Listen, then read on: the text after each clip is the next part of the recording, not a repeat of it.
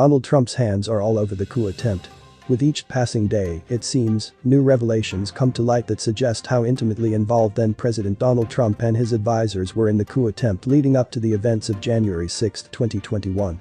The latest bombshell came Thursday night when CNN reported that Trump lawyer and confidant Rudy Giuliani, as well as other Trump campaign aides, spearheaded the efforts to gather alternate electors in 7 swing states in an attempt to overturn Joe Biden's Electoral College victory. Giuliani and his allies coordinated the nuts and bolts of the process on a state-by-state level, the sources told CNN.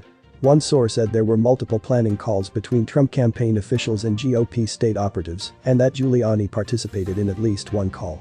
The source also said the Trump campaign lined up supporters to fill elector slots, secured meeting rooms in statehouses for the fake electors to meet on December 14, 2020, and circulated drafts of fake certificates that were ultimately sent to the National Archives.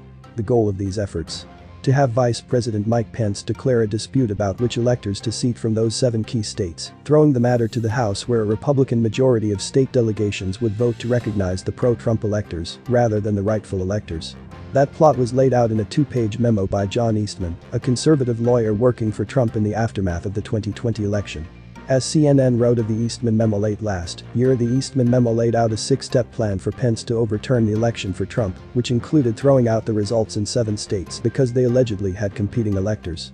In fact, no state had actually put forward an alternate slate of electors, there were merely Trump allies claiming without any authority to be electors.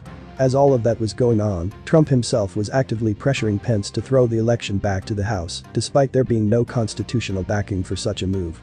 On January 5, just hours before the Electoral College certification, Trump and Pence met at the White House. Here's how CNN described that meeting.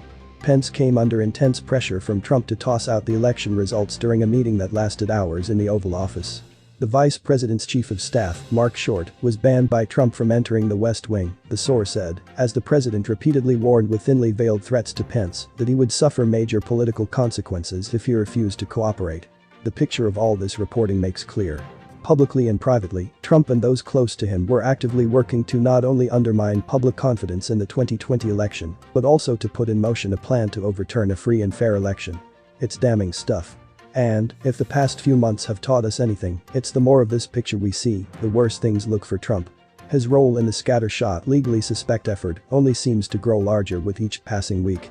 While the report from the January 6 House Select Committee will be the definitive word on all of this, we can already see just how big a role Trump and those closest to him played in the attempted coup.